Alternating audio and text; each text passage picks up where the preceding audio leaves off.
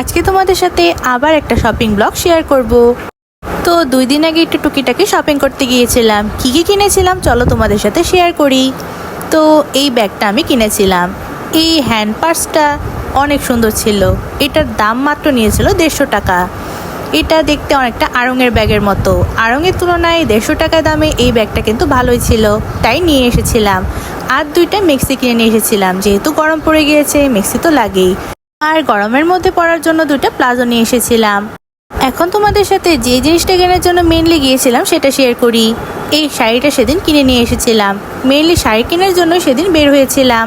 এটা ছিল ইন্ডিয়ান কাতান শাড়ি। এই শাড়িটার ডিজাইনটা কিন্তু অনেক বেশি সুন্দর। শাড়িটা ছিল সবুজ আর খয়েরি কালারের কম্বিনেশনের মধ্যে।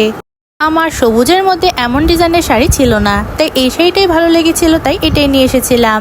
এই শাড়িটার প্রাইস নিয়েছিল 3200 টাকা।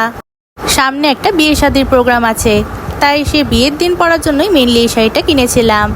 তার সাথে বিয়ের মধ্যে পরার জন্য এই 2টা টিকলি নিয়ে এসেছিলাম। এই বড় সাইজের টিকলিগুলো অনেক বেশি ট্রেন্ডি এখন। তার সাথে এই ছোট সুন্দর রাজস্থানী টিকলিটাও নিয়ে এসেছিলাম। শাড়ি টিকলি এগুলো মেনলি বিয়ের প্রোগ্রামে পরার জন্য নিয়ে এসেছি।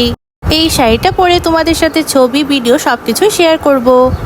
আমার শাড়িটা কেমন হয়েছে, তার সাথে আমার টুকিটাকি শপিংগুলো কেমন হয়েছে অবশ্যই কিন্তু কমেন্ট করে জানাবে আমাকে।